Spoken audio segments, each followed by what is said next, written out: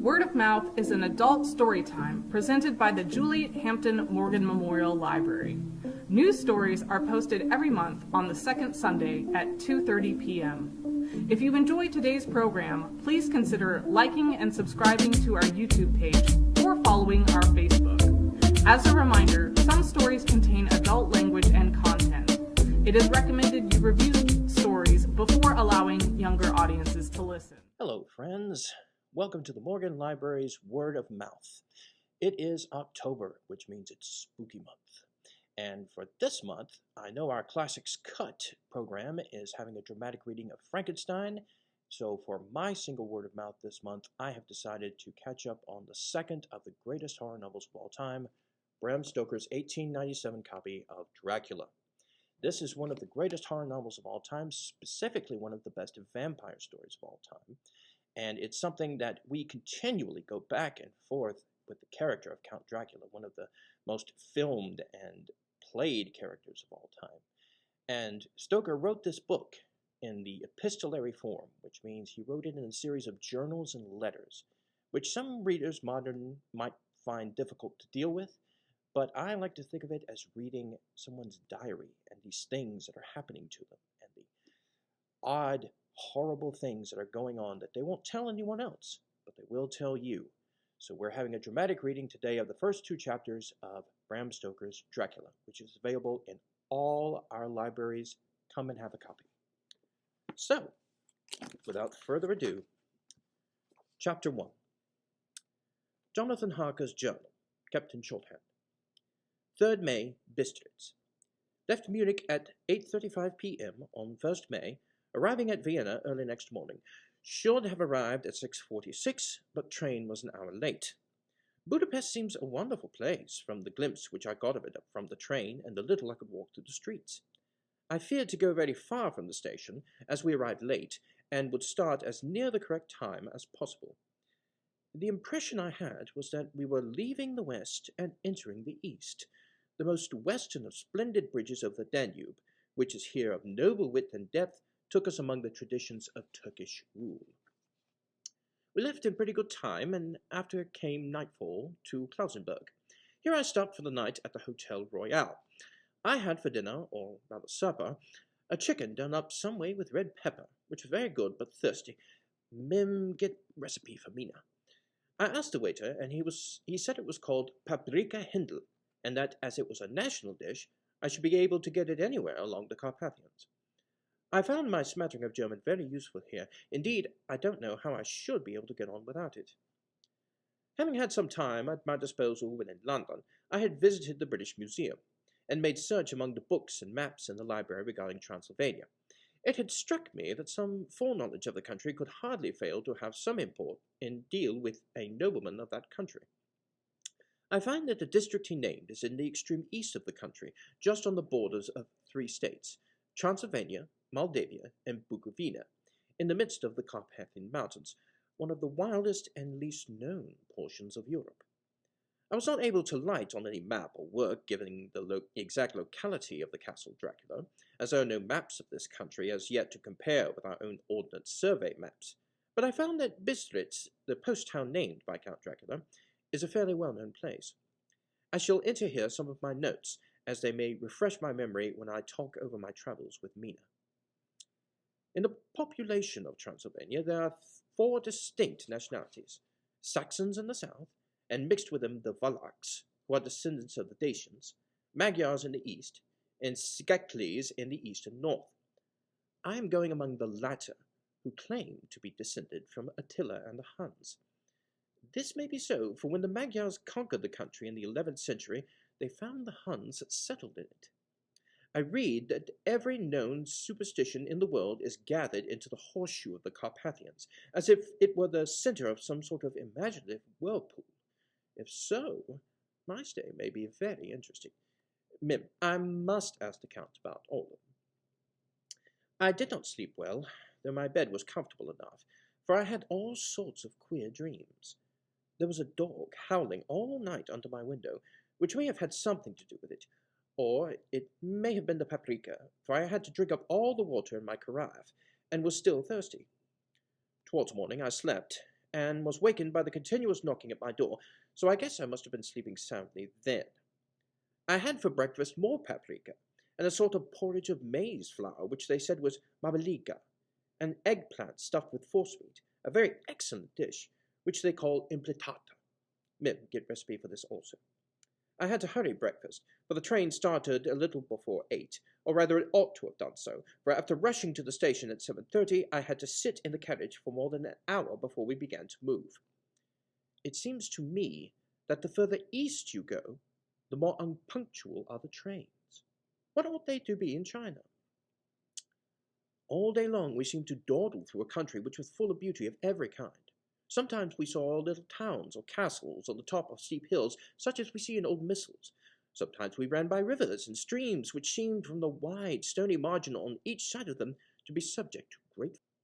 I found that my landlord had got a letter from the Count, directing him to secure the best place on the coach for me, but on making inquiries as to details he seemed somewhat reticent, and pretended that he could not understand my German. This could not be true, because up till then he had understood it perfectly. At least he had answered my questions exactly as if he did. He and his wife, the old lady who had received me, looked at each other in a frightened sort of way. He mumbled out that the money had been sent in a letter, and that was all he knew. When I asked him if he knew Count Dracula, and could tell me anything of his castle, both he and his wife crossed themselves, and, saying that they knew nothing at all, simply refused to speak further. It was so near the time of starting that I had no time to ask anyone else, for it was all very mysterious, and not by any means comforting. Just before I was leaving, the old lady came up to my room and said, in a very hysterical way, "Must you go? Oh, young Herr, must you go?" She was in such an excited state that she seemed to have lost her grip of what German she knew, and mixed it all up with some other language which I did not know at all. I was just able to follow her by asking many questions. When I told her that I must go at once, and that I was engaged on important business, she asked again, "Do you know what day it is?" I answered that it was the 4th of May. She shook her head as she said again, "Oh, yes, I know that, but do you know what day it is?" On my saying I did not understand, she went on, "It is the eve of St. George's Day. Do you not know that tonight, when the clock strikes midnight, all the evil things in the world will have full sway? Do you know where you are going, and what you are going to?" She was in such evident distress that I tried to comfort her, but without effect. Finally, she went down on her knees and implored me not to go, at least to wait a day or two before starting. It was all very ridiculous, but I did not feel comfortable. However, there was business to be done, and I could allow nothing to interfere with it. I therefore tried to raise her up, and said as gravely as I could that I thanked her, but my duty was imperative, and that I must go. She then rose and dried her eyes, and taking a crucifix from her neck, offered it to me. I did not know what to do, for, as an English churchman, I have been taught to regard such things as in some measure idolatrous, and yet it seemed so ungracious to refuse an old lady meaning so well and in such a state of mind. She saw, I suppose, the doubt in my face, for she put the rosary round my neck and said, "For your mother's sake," and went out of the room. I am writing up this part of the diary whilst I am waiting for the coach, which is, of course, late, and the crucifix is still around my neck. Whether it is the old lady's fear, or the more ghostly traditions of this place, or the crucifix itself, I do not know, but I am not feeling nearly as easy in my mind as usual. If this book should ever reach Mina before I do, let it bring my goodbye. But here comes the coach. 5 May. The castle.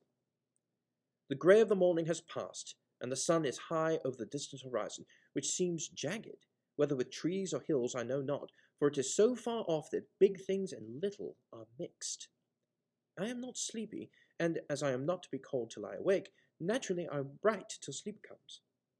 There are many odd things to put down, and, lest who reads them may fancy that I dined too well before I left Bistritz, let me put down my dinner exactly. I dined on what they called robber steak, bits of bacon, onion, and beef, seasoned with red pepper, and strung on sticks and roasted over the fire in the simple style of the London cat's meat. The wine was golden mediash, which produces a queer sting on the tongue, which is, however, not disagreeable. I had only a few glasses of this, and nothing else.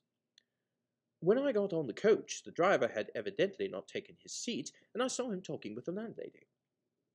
They were evidently talking of me, and for every now and then they looked at me, and some of the people who were sitting on the bench outside the door, which they called by a name meaning words bearer, came and listened, and they looked at me, most of them pityingly.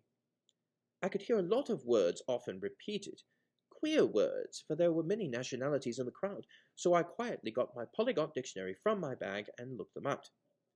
I must say that they were not cheering to me, for amongst them were Ortog, Satan, Pokol, Hell, Strigoika, Witch, Vrolok, and Droklak, both of which mean the same thing, one being Slovak and the other Serbian, for something that is either werewolf or vampire. Mem, I must ask the Count about these superstitions. When we started, the crowd round the inn door, which at this time swelled to a considerable size, all made the sign of the cross and pointed 2 fingers towards me. With some difficulty I got a fellow passenger to tell me what they meant. He would not answer at first, but on learning that I was English, he explained that it was a charm or guard against the evil eye.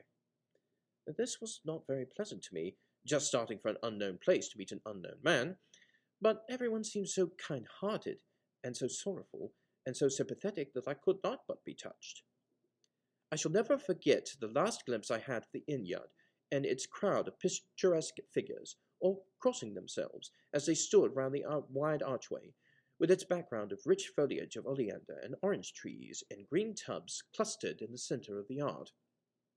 Then our driver, whose wide linen drawers covered the whole front of the box seat, Gurtza, they called them, cracked his big whip over his 4 small horses, which ran abreast, and we set off on our journey. I soon lost sight and recollection of ghostly fears and the beauty of the scene as we drove along, although had I known the language, or rather languages, which my fellow passengers were speaking, I might not have been able to throw them off so easily. Before us lay a green, sloping land full of forests and woods, with here and there steep hills, crowned with clumps of trees or with farmhouses, the blank gable end to the road. There was everywhere a bewildering mass of fruit blossom, apple, plum, pear, cherry, and as we drove by I could see the green grass under the trees spangled with the fallen petals. In and out amongst these green hills of what they call here the Mittelland ran the road, losing itself as it swept round the grassy curve, or was shut out by the straggling ends of pine woods, which here and there ran down the hillsides like tongues of flame. The road was rugged, but still we seemed to fly over it with a feverish haste. I could not understand then what the haste meant, but the driver was evidently bent on losing no time in reaching Bogoprund. I was told that this road in summertime is excellent, but that it had not yet been put in order after the winter snows. In this respect, it is different from the general run of roads in the Carpathians, for it is an old tradition that they are not to be kept in too good order. Of old, the hospodars would not repair them, lest the Turks should think they were preparing to bring in foreign troops, and so hasten the war, which was always really at loading point. Beyond the green swelling hills of the Mittelland rose mighty slopes of forest up to the lofty steeps of the Carpathians themselves.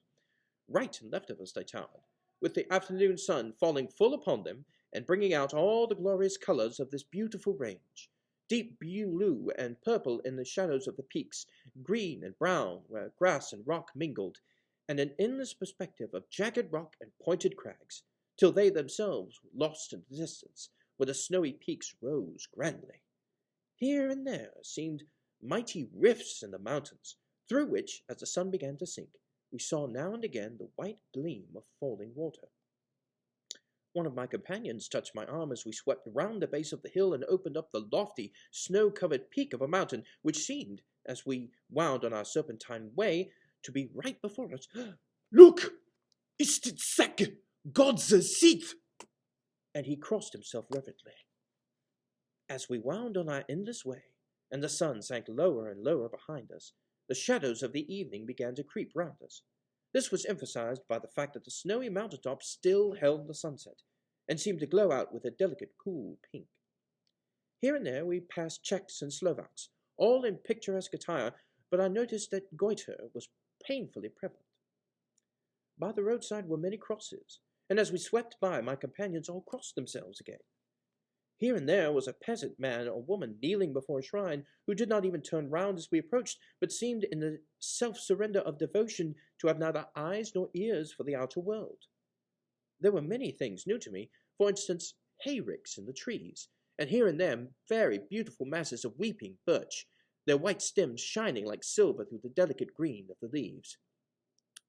Now and again we passed a litter wagon, the ordinary peasant's cart, with its long, snake-like vertebrae, calculated to suit the inequalities of the road.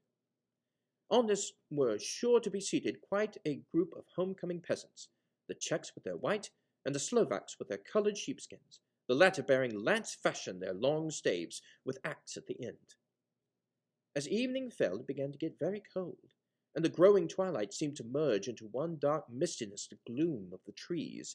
Twilight and oak and beech and pine threw in the valleys which ran deep through the spurs of the hills. As we ascended through the pass, the dark firs stood out here and there against a background of late-lying snow. Sometimes, as the road was cut through the pine woods that seemed in the darkness to be closing down upon us, great masses of greyness, which here and there bestrewed the trees, produced a peculiarly weird and solemn effect, which carried on the thoughts and grim fancies engendered earlier in the evening, when the falling sunset threw into strange relief the ghost-like clouds which amongst the Carpathians seemed to wind endlessly through the valleys. Sometimes the hills were so steep that, despite our driver's haste, the horses could only go slowly. I wished to get down and walk up them, as we do at home, but the driver would not hear of it. "No, no," he said, "you must not walk here. The dogs are too fierce." And then he added, with what he evidently meant for grim pleasantry, for he looked round to catch the approving smile of the rest, "and you may have enough of such matters before you go to sleep." The only time he would make, the only stop he would make was a moment's pause to light his lamps. When it grew dark, there seemed to be some excitement amongst the passengers, and they kept speaking to him, one after the other, as though urging him to greater speed. He lashed the horses unmercifully with his long whip, and with wild cries of encouragement urged them on to further exertions. Then, through the darkness, I could see a sort of patch of grey light ahead of us, as though there were a cleft in the hills. The excitement of the passengers grew greater. The crazy coach rocked on its great leather springs and swayed like a boat tossed on a stormy sea. I had to hold on. The road grew more level, and we appeared to be flying along. Then the mountains seemed to come nearer to us on either side and to frown down upon us. We were entering the Borgo Pass. One by one, several of the passengers offered me gifts, which they pressed upon me with an earnestness which would not take denial. They were certainly of an odd and varied kind, but each was given in simple good faith, with a kindly word, and a blessing, and that strange mixture of fear-meaning movements which I had seen outside the hotel at Bistritz, the sign of the cross, and the guard against the evil eye. Then, as we flew along, the driver leaned forward, and on either side the passengers, craning over the edge of the coach, peered eagerly into the darkness. It was evident that something very exciting was either happening or expected, but though I asked each passenger, no one would give me the slightest explanation. This state of excitement kept on for some little time, and at last we saw before us the pass opening out upon the eastern end. There were dark, rolling clouds overhead, and in the air a heavy, oppressive sense of thunder. It seemed as though the mountain range had separated two atmospheres, and that now we had got into the thunderous one. I was now myself looking out for the conveyance which was to take me to the Count. Each moment I expected to see the glare of lamps through the blackness, but all was dark. The only light was the flickering rays of our own lamps, in which the steam from our hard-driven horses rose in a white cloud. We could see the sandy road lying white before us, but there was on it no sign of a vehicle. The passengers drew back with a sigh of gladness, which seemed to mock my own disappointment. I was already thinking what I had best to do, when the driver, looking at his watch, said to the others something which I could hardly hear. It was spoken so quietly and in so low a tone. I thought it was, "an hour less than the time." Then turning to me, he said in German worse than my own, "There is no carriage here. The Herr is not expected at all. He will come down now to Bukovina and return tomorrow or the next day. Better the next day." Whilst he was speaking, the horses began to neigh and snort and plunge wildly, so that the driver had to hold them up. Then, amongst a chorus of screams from the peasants and a universal crossing of themselves, a caleche with 4 black horses drove up behind us, overtook us, and drew up beside the coach. I could see from the flash of our lamps, as the rays fell on them, that the horses were coal-black and splendid animals. They were driven by a tall man, with a long brown beard and a great black hat, which seemed to hide his face from us. I could only see the gleam of a pair of very bright eyes, which seemed red in the lamplight as he turned to us. He said to the driver, "You are early tonight, my friend." The man stammered in reply, "The English Herr was in a hurry," to which the stranger replied, "That is why I suppose you wished him to go on to Bukovina. You cannot deceive me, my friend. I know too much, and my horses are swift." As he spoke, he smiled, and the lamplight fell on a hard-looking mouth with very red lips and sharp-looking teeth, as white as ivory. One of my companions whispered to another the line from Burger's Lenore, "Den die Toten retten schnell, for the dead travel fast." The strange driver evidently heard the words, for he looked up with a gleaming smile. The passenger turned his face away, at the same time putting out his 2 fingers and crossing himself. "Give me the Herr's luggage," said the driver. And with exceeding alacrity my bags were handed out and put in the caleche. Then I descended from the side of the coach as the caleche was close alongside, the driver helping me with a hand which caught my arm in a grip of steel. His strength must have been prodigious. Without a word he shook the reins, the horses turned, and we swept into the darkness of the pass. As I looked back, I saw the steam from the horses of the coach by the light of the lamps, and projected against it the figures of my late companions crossing themselves. Then the driver cracked his whip and called to his horses, and off they swept on their way to Bukovina. As they sank into the darkness, I felt a strange chill, and a lonely feeling came over me. But a coat was thrown over my shoulders, and a rug across my knees, and the driver said in excellent German, "The night is chill, mein Herr, and my master the Count bade me take all care of you. There is a flask of Slivovitz, the plum brandy of the country, underneath the seat, should you require it." I did not take any, but it was a comfort to know it was there all the same. I felt a little strangely, and not a little frightened. I think had there been any alternative, I should have taken it, instead of prosecuting that unknown night journey. The carriage went at a hard pace straight along. Then we made a complete turn and went along another straight road. It seemed to me that we were simply going over and over the same ground again, and so I took note of some salient point and found that this was so. I would have liked to have asked the driver what all this meant, but I really feared to do so, for I thought that, placed as I was, any protest would have had no effect in case there had been an intention to delay. By and by, however, as I was curious to know how time was passing, I struck a match, and by its flame looked at my watch. It was within a few minutes of midnight. This gave me a sort of shock, for I suppose the general superstition about midnight was increased by my recent experiences. I waited with a sick feeling of suspense. Then a dog began to howl somewhere in a farmhouse far down the road, a long, agonized wailing as if from fear. The sound was taken up by another dog, and then another, and another, till borne on the wind, which now sighed softly through the pass, a wild howling began, which seemed to come from all over the country, as far as the imagination could grasp it through the gloom of the night. At the first howl, the horses began to strain and rear, but the driver spoke to them soothingly, and they quieted down, but shivered and sweated as though after a runaway from sudden fright. Then, far off in the distance, from the mountains on each side of us began a louder and a sharper howling, that of wolves, which affected both the horses and myself at the same way, for I was minded to jump from the caleche and run, whilst they reared again and plunged madly, so that the driver had to use all his great strength to keep them from bolting. In a few minutes, however, Mine ears had got accustomed to the sound, and the horses so far became quiet that the driver was able to descend and stand before them. He petted and soothed them, and whispered something in their ears, as I have heard of horse tamers doing, and with extraordinary effect, for under his caresses they became quite manageable again, though they still trembled. The driver again took his seat, and, shaking off his reins, started off at a great pace. This time, after going along to the far side of the pass, he suddenly turned down a narrow roadway which ran sharply to the right. Soon we were hemmed in with trees, which in places arched right over the roadway till we passed as though through a tunnel, and again great frowning rocks guarded us boldly on either side. Though we were in shelter, we could hear the rising wind, for it moaned and whistled through the rocks, and the great branches of the trees crashed together as we swept along. It grew colder and colder still, and fine powdery snow began to fall, so that soon we and all around us were covered with a white blanket. The keen wind still carried the howling of the dogs, though this grew fainter as we went on our way. The baying of the wolves sounded nearer and nearer, as though they were closing round on us from every side.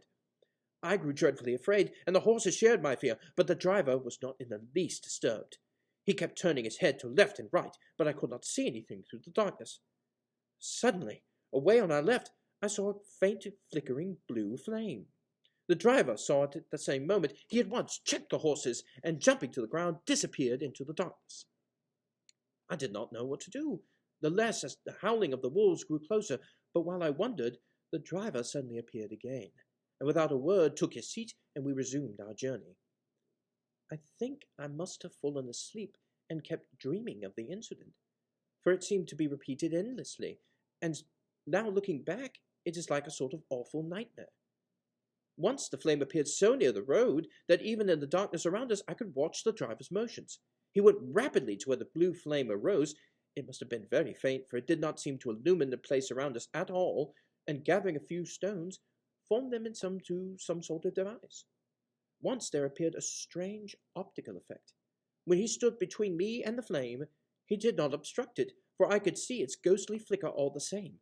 This startled me, but as the effect was only momentary, I took it that my eyes deceived me, straining through the darkness. Then for a time there were no blue flames, and we sped onwards through the gloom, with the howling of the wolves around us, as though they were following in a moving circle. At last there came a time when the driver went further afield than he had yet gone, and during his absence the horses began to tremble worse than ever, and to snort and scream with fright. I could not see any cause for it, for the howling of the wolves had ceased altogether, but just then the moon, sailing through the black clouds, appeared behind the jagged crest of a beetling, pine-covered rock, and by its light I saw around us a ring of wolves, with white teeth and lolling red tongues, with long sinewy limbs and shaggy hair. They were 100 times more terrible in the grim silence which held them than even when they howled. For myself, I felt a sort of paralysis of fear. It is only when a man feels himself face to face with such horrors that he can understand their true import. All at once, the wolves began to howl, as though the moonlight had had some peculiar effect on them. The horses jumped about and reared, and looked helplessly round with eyes that rolled in a way painful to see, but the living ring of terror encompassed them on every side, and they had perforce to remain within it. I called to the coachman to come, for it seemed to me that our only chance was to try to break out through the ring and to aid his approach. I shouted and beat the side of the caleche, hoping by the noise to scare the wolves from that side, so as to give him a chance of reaching the trap. How he came there, I know not, but I heard his voice raised in a tone of imperious command, and looking towards the sound, saw him stand in the roadway. As he swept his long arms, as though brushing aside some impalpable obstacle, the wolves fell back, and back further still. Just then, a heavy cloud passed across the face of the moon, so that we were again in darkness. When I could see again, the driver was climbing into the caleche, and the wolves had disappeared. This was all so strange and uncanny that a dreadful fear came upon me, and I was afraid to speak or move. The time seemed interminable as we swept on our way, now almost in complete darkness, for the rolling clouds obscured the moon. We kept on ascending, with occasional periods of quick descent, but in the main always ascending. Suddenly I became conscious of the fact that the driver was in the act of pulling up the horses in the courtyard of a vast, ruined castle, from whose tall black windows showed no ray of light, and whose broken battlements showed a jagged line against the moonlit sky.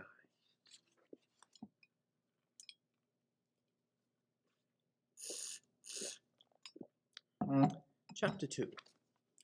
Jonathan Harker's Journal, continued. 5 May. I must have been asleep, for certainly if I had been fully awake I might have noticed the approach to such a remarkable place.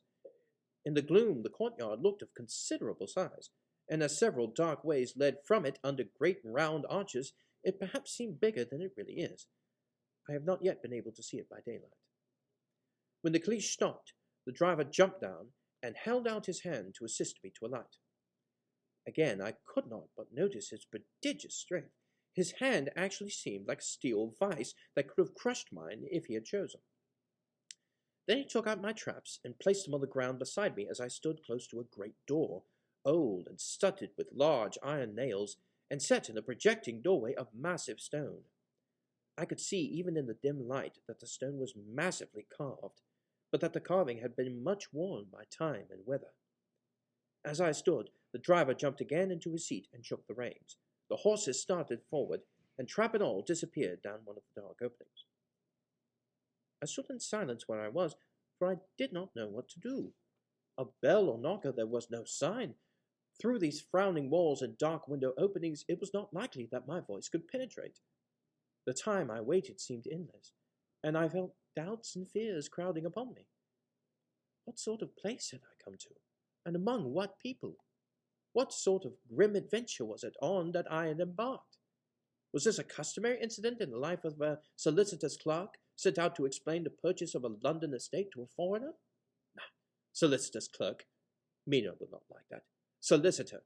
For just before leaving London, I got word that my examination was successful, and I am now a full-blown solicitor.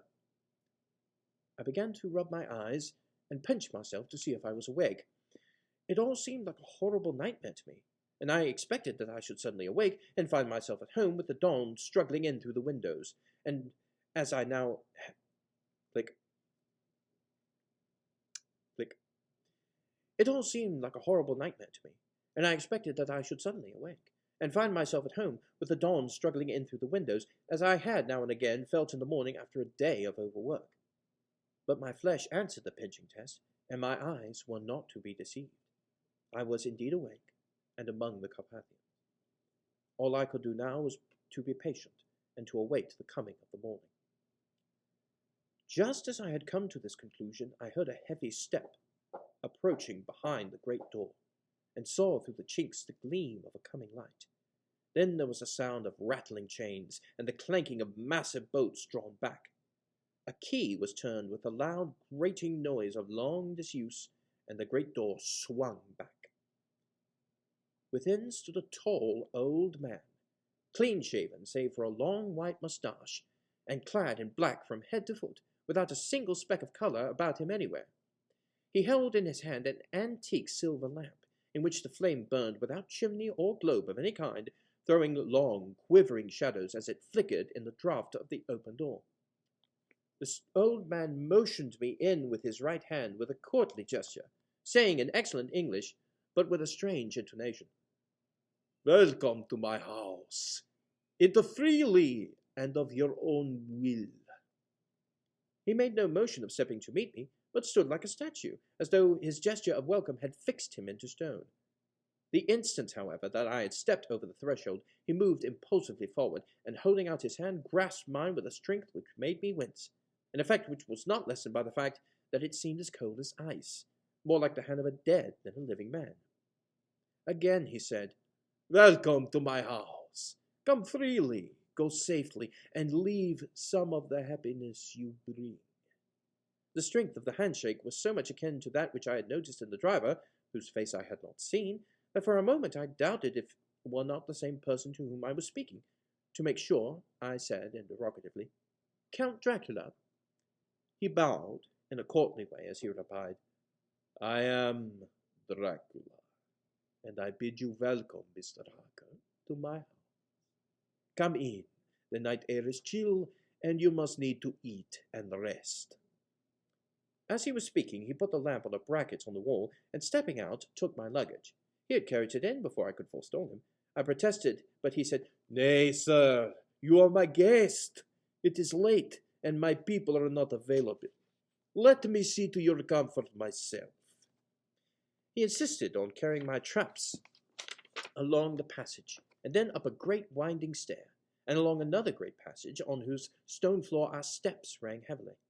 At the end of this he threw open a heavy door, and I rejoiced to see within a well-lit room in which a table was spread for supper, and whose mighty hearth a great fire of logs flamed and flared. The Count halted, putting down my bags, closed the door, and crossing the room, opened another door, which led into a small octagonal room lit by a single lamp, and seemingly without a window of any sort. Passing through this, he opened another door, and motioned me to enter. It was a welcome sight, for here was a great bedroom, well lighted, and warmed with another log fire, which sent a hollow roar up the wide chimney. The Count himself left my luggage inside and withdrew, saying, before he closed the door, "You will need, after your journey, to refresh yourself by making your toilet. I trust you will find all that you wish. When you are ready, come into the other room, where you will find your supper prepared." The light and warmth and the Count's courteous welcome seemed to have dissipated all my doubts and fears. Having reached, then, my normal state, I discovered that I was half famished with hunger, so, making a hasty toilet, I went into the other room. I found supper already laid out. My host, who stood on one side of the great fireplace, leaning against the stonework, made a graceful wave of his hand to the table, and said, "I pray you, be seated, and sup how you please. You will, I trust, excuse me that I do not join you, but I have dined already, and I do not sup." I handed him the sealed letter which Mr. Hawkins had entrusted to me. He opened it and read it gravely. Then, with a charming smile, he handed it to me to read. One passage of it, at least, gave me a thrill of pleasure. "I must regret that an attack of gout, from which malady I am a constant sufferer, forbids absolutely any travelling on my part for some time to come, but I am happy to say I can send a sufficient substitute, one in whom I have every possible confidence. He is a young man, full of energy and talent in his own way, and of a very faithful disposition. He is discreet and silent, and has grown into manhood in my service. He shall be ready to attend on you when you will during your stay, and shall take your instructions in all matters." The Count himself came forward and took off the cover of a dish, and I fell to at once on an excellent roast chicken. This, with some cheese and a salad and a bottle of old Tokay, of which I had 2 glasses, was my supper. During the time I was eating it, the Count asked me many questions as to my journey, and I told him by degrees all that I had experienced. By this time I had finished my supper, and by my host's desire had drawn up a fire. Click. Click. By this time I had finished my supper, and by my host's desire had drawn up a chair by the fire and begun to smoke a cigar which he offered to me, at the same time excusing himself that he did not smoke. I had now an opportunity of observing him, and found him of a very marked physiognomy. His face was a very strong aquiline, with high bridge of the thin nose and peculiarly arched nostrils, with lofty domed forehead and hair growing scantily round the temples, but profusely elsewhere. His eyebrows were very massive, almost meeting over the nose, and with bushy hair that seemed to curl in its own profusion. The mouth, so far as I could see it under the heavy moustache, was fixed and rather cruel-looking, with peculiarly sharp white teeth. These protruded over the lips, whose remarkable ruddiness showed astonishing vitality in a man of his years. For the rest, his ears were pale and at the tops extremely pointed. The chin was broad and strong, and the cheeks firm, though thin. The general effect was one of extraordinary pallor. Hitherto I had noticed the backs of his hands as they lay on his knees in the firelight, and they had seemed rather white and fine, but seeing them now close to me, I could not but notice that they were rather coarse, broad, with squat fingers. Strange to say, there were hairs in the centre of the palm. The nails were long and fine, and cut to a sharp point.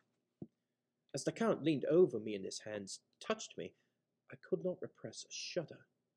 It may have been that his breath was rank, but a horrible feeling of nausea came over me, which, do what I would, I could not conceal. The Count, evidently noticing it, drew back, and with a grim sort of smile, which showed more than he had yet done his protuberant teeth, sat himself down again on his own side of the fireplace. We were both silent for a while, and as I looked towards the window, I saw the first dim streak of the coming dawn. There seemed a strange stillness over everything, but as I listened, I heard as if from down below in the valley, the howling of many wolves. The Count's eyes gleamed, and he said, "Listen to them, the children of the night. What music they make." Seeing, I suppose, some expression in my face strange to him, he added, "Ah, sir, you dwellers in the city cannot enter into the feelings of the hunter." Then he rose and said, "But you are tired. Your bedroom is all ready, and tomorrow you shall sleep as late as you will. I have to be away till the afternoon, so sleep well and dream well." And with a courteous bow, he opened for me himself the door to the octagonal room, and I entered my bedroom. I am all in a sea of wonders. I doubt, I fear, I think strange things which I dare not confess to my own soul.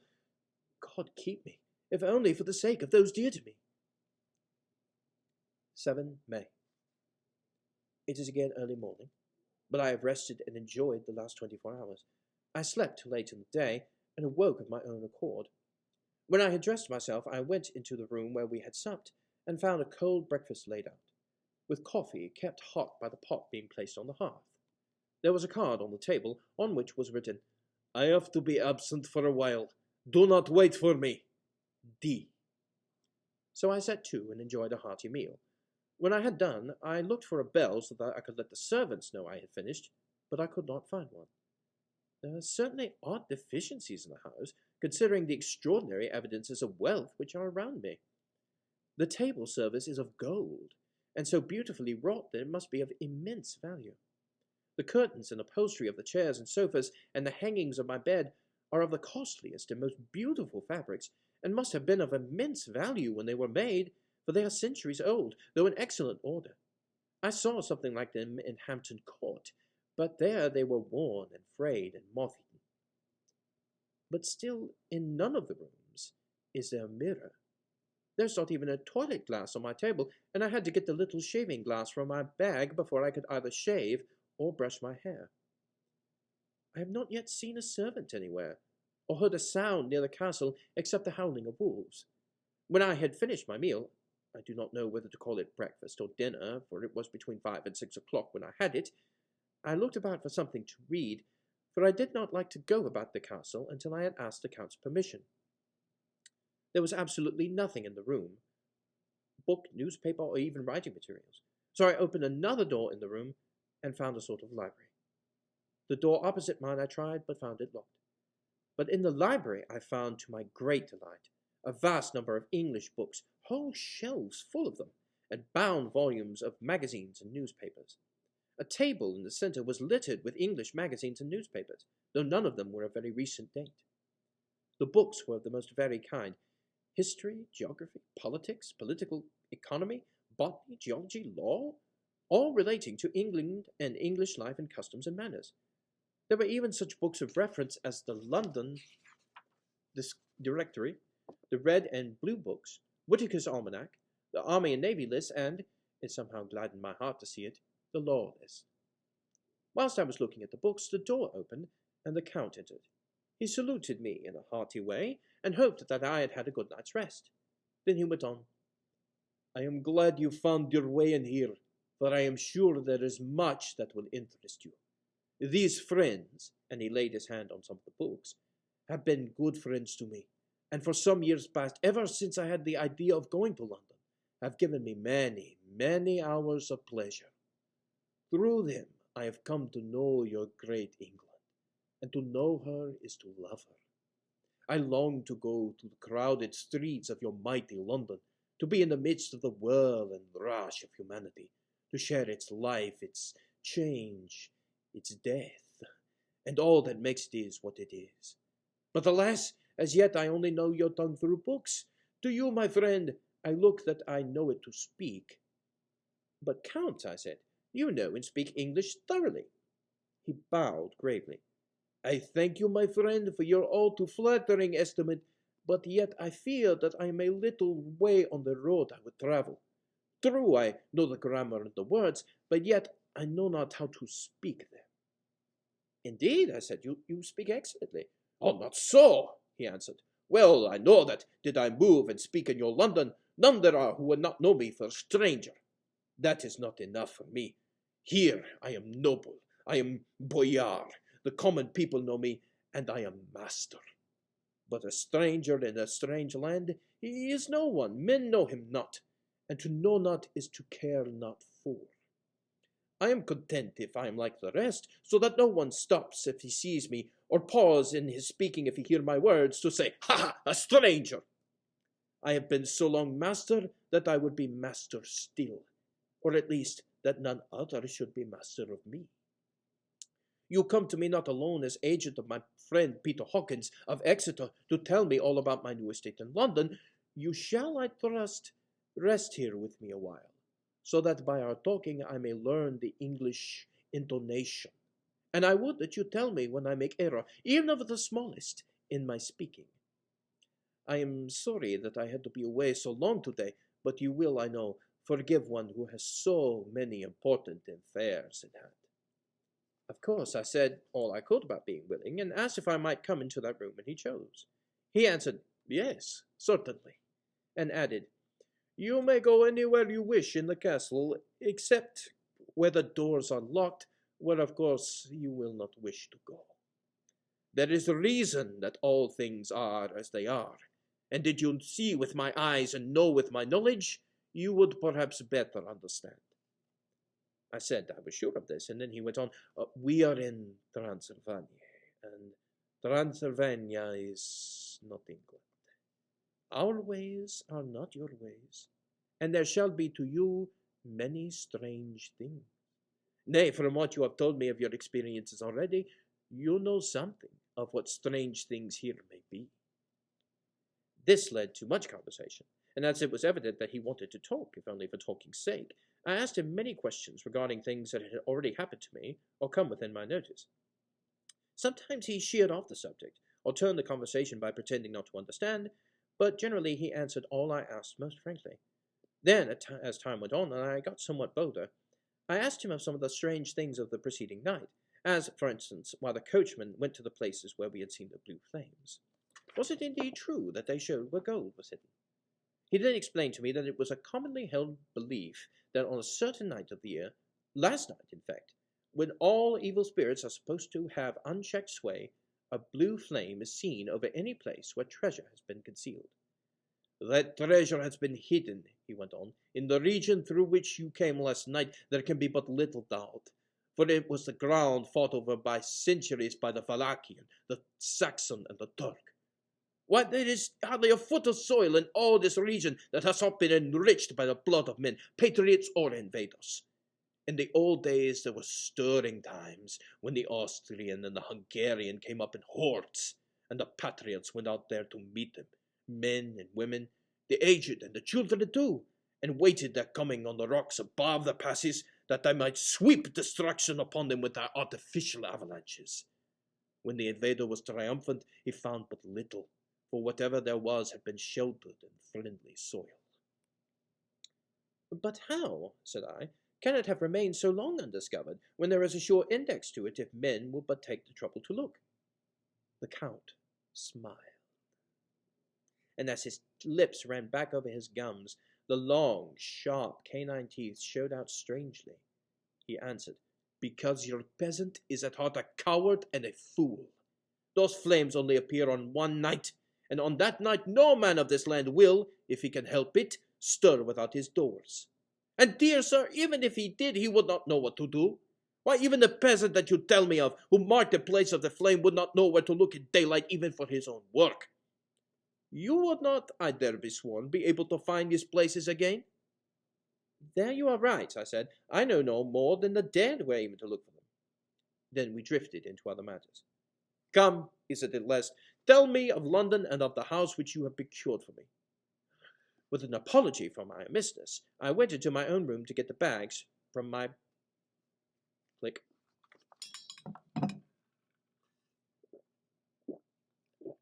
Click. With an apology for my omissness, I went into my own room to get the papers from my bag. Whilst I was placing them in order, I heard a rattling of china and silver in the next room, and as I passed through, noticed that the table had been cleared and the lamp lit, for it was by this time deep into the dark. The lamps were also lit in the study or library, and I found the Count lying on the sofa, reading, of all things in the world, an English Bradshaw's Guide. When I came in, he cleared the books and table... Click. Click. When I came in, he cleared the books and papers from the table, and with him I went into plans and deeds and figures of all sorts. He was interested in everything, and asked me a myriad questions about the place and its surroundings. He clearly had studied beforehand all he could get on the subject of the neighborhood, for he evidently at the end knew very much more than I did. When I remarked on this, he answered, Well, but, my friend, is it not needful that I do so? When I go there, I shall be all alone, and my friend Harker Jonathan... Nay, pardon me. I fall into my country's habit of putting your patronym first. My friend Jonathan Harker shall not be by side to correct and aid me. He will be in Exeter, miles away, probably working at papers of the law with my other friend, Peter Hawkins. So, we went thoroughly into the business of the purchase of the estate at Purfleet. When I had told them the facts and got his signature to the necessary papers, and had written a letter with him ready to post to Mr. Hawkins, he began to ask me how I came about so suitable a place. I read to him the notes which I had made at the time, and which I inscribe here. At Purfleet, on a by-road, I came across just such a place as seemed to be required, and where it was displayed a dilapidated notice that the place was for sale. It is surrounded by a high wall, of ancient structure, built with heavy stones, and has not been repaired for a large number of years. The closed gates are of heavy old oak and iron, all eaten with rust. The estate is called Carfax, no doubt a corruption of the old Quatre Faces, as the house is four-sided, agreeing with the cardinal points of the compass. It contains in all some 20 acres, quite surrounded by the solid stone wall above mentioned. There are many trees on it, which make it in places gloomy, and there is a deep, dark-looking pond or small lake, evidently fed by some springs, as the water is clear and flows away in a fair-sized stream. The house is very large, and of all periods back, I should say, to medieval times, for one part is of a stone immensely thick, with only a few windows high up and heavily barred with iron. It looks like part of a keep, and is close to an old chapel or church. I could not enter it, as I did not have the key of the door leading to it from the house, but I have taken with my kodak views of it from various points. The house has been added to, but in a very straggling way, and I can only guess at the amount of ground it covers, which must be very great. There are but few houses close to hand, one being a very large house only recently added to and formed into a private lunatic asylum. It is not, however, visible from the grounds. When I had finished, he had said, I am glad that it is old and big. I myself am of an old family, and to live in a new house would kill me. A house cannot be made habitable in a day, and after all, how few days go to make up a century? I rejoice also that there is a chapel of old times. We Transylvanian nobles love not to think that our bones may be amongst the common dead. I seek not gaiety nor mirth, nor the great... I seek not gaiety nor mirth, nor the bright voluptuousness of much sunshine and sparkling waters which please the young and gay. I am no longer young, and my heart, through weary years of mourning over the dead, is not attuned to mirth. Moreover, the walls of my castle are broken, the shadows are many, and the wind breathes cold to the broken battlements and casements.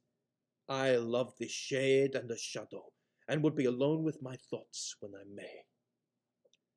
Somehow his words and his look did not seem to accord, or else it was that his cast of face made his smile look malignant and saturnine. Presently, with an excuse, he left me, asking me to put all my papers together. He was some little time away, and I began to look at some of the books around me. One was an atlas, which I found open naturally to England, as if that map had been much used. On looking at it, I found in certain places little rings marked, and on examining these, I noticed that one was near London on the east side, manifestly where his new estate was situated. The other two were Exeter and Whitby on the Yorkshire coast. It was the better part of an hour when the Count returned. "Aha!" he said. "Still at your books? Good. But you must not work always. Come, I am informed that your supper is ready." He took my arm, and we went into the next room, where I found an excellent supper ready on the table. The Count again excused himself, as he had dined out on his being away from home, but he sat as if on the previous evening, and chatted whilst I ate. After supper I smoked, as if on the last evening, and the Count stayed with me, chatting and asking questions on every conceivable subject, hour after hour. I felt that it was getting very late indeed, but I did not say anything, for I felt under obligation to meet my host's wishes in every way. I was not sleepy, as the long sleep yesterday had fortified me, but I could not help experiencing that chill which comes over one at the coming of the dawn, which is, like, in its way, the turn of the tide. They say that people who are near death die generally at the change to the dawn or at the turn of the tide. Anyone who has, when tired, and tied as it were to his post, exchanged his change in atmosphere, can well believe it. All at once we heard the crow of the cock coming up with preternatural shrillness through the clear morning air. Count Dracula, jumping to his feet, said, "Why, there is the morning again! How remiss am I to let you stay up so long! You must make your conversation regarding my dear new country of England less interesting, so I may not forget how time flies by us." And with a courtly bow, he quickly left me. I went into my own room and drew the curtains, but there was little to notice. My window opened into the courtyard. All I could see was the warm grey of quickening sky. So I pulled the curtains again, and have written of this day. 8 May. I began to fear, as I wrote in this book, that I was getting too diffuse, but now I am glad that I went into detail from the first, for there is something so strange about this place, and all in it, that I cannot but feel uneasy. I wish I was safe out of it, or that I had never come. It may be that this strange night existence is telling on me, but would that were all! If there were anyone to talk to, I could bear it, but there is only no one. I have only the Count to speak with, and he... I fear I am myself the only living soul within the place. Let me be prosaic as far as facts can be. It will help me to bear up, and imagination must not run riot with me. If it does, I am lost. Let me say at once how I stand, or seem to. I only slept a few hours when I went to bed, and feeling that I could not sleep any more, got up. I had hung my shaving glass by the window, and was just beginning to shave. Suddenly I felt a hand on my shoulder, and heard the Count's voice saying to me, "Good morning." I started, for it amazed me that I had not seen him, since the reflection of the glass covered the whole room behind me. In starting I had cut myself slightly, but did not notice it at the time. Having answered the Count's salutation, I turned to the glass again to see how I could have been mistaken. This time there could be no error, for the man was close to me, and I could see him over my shoulder, but there was no reflection of him in the mirror. The whole room behind me was displayed, but there was no sign of a man in it, except myself. This was startling, and coming on the top of so many strange things, was beginning to increase that vague feeling of uneasiness which I had always had when the Count is near. But at the instant I saw that the cut had bled a little, and the blood was trickling down my chin. I laid down the razor, turning as I did so half round to look for some sticking plaster. When the Count saw my face, his eyes blazed with a sort of demoniac fury, and he suddenly made a grab for my throat. I drew away, and his hand touched a string of beads which held the crucifix. It made an instant change in him, for the fury passed so quickly that I could hardly believe that it was ever there. "Take care," he said. "Take care how you cut yourself. It is more dangerous than you think in this country." Then seizing the shaving glass, he went on, "And this is the wretched thing that has done the mischief. It is a foul bauble of man's vanity. Away with it!" And then opening the heavy window with one wrench of his terrible hand, he flung out the glass, which was shattered into 1,000 pieces on the stones of the courtyard far below. Then he withdrew without a word. It is very annoying, for I do not see how I am to shave, unless in my watch-case or the bottom of the shaving-pot, which fortunately is of metal. When I went into the dining room, breakfast was prepared, but I could not find the Count anywhere, so I breakfasted alone. It is strange that, as yet, I have not seen the Count eat or drink. He must be a very peculiar man. After breakfast, I did a little exploring the castle. I went out onto the stairs and found a room looking towards the south. The view was magnificent, and from where I stood, there was every opportunity of seeing it. The castle is on the very edge of a terrible precipice. A stone falling from the window would fall 1,000 feet without touching anything. As far as the eye could see, it is a sea of green treetops, with occasionally a deep rift where there is a chasm. Here and there are silver threads where the rivers wind in deep gorges through the forests. But I am not in heart to describe beauty, for when I had seen the view I explored further. Doors, doors, doors everywhere, and all locked and bolted. In no place save from the windows in the castle walls is there an available exit. The castle is a veritable prison, and I am a prisoner! Well, those are the first 2 chapters of Bram Stoker's immortal book, Dracula. This book is available in every branch of our library system. Please come and get a copy, as it only gets better from here, and you will see how Stoker makes Dracula into a version of the Antichrist. This is Will Byrne, reference librarian at the Morgan Library, and this has been Word of Mouth for October. Thank you very much. Enjoy, and read some more. Word of Mouth is an adult story time presented by the Juliet Hampton Morgan Memorial Library. New stories are posted every month on the second Sunday at 2:30 p.m. If you enjoyed today's program, please consider liking and subscribing to our YouTube page or following our Facebook. As a reminder, some stories contain adult language and content. It is recommended you review stories before allowing younger audiences to listen.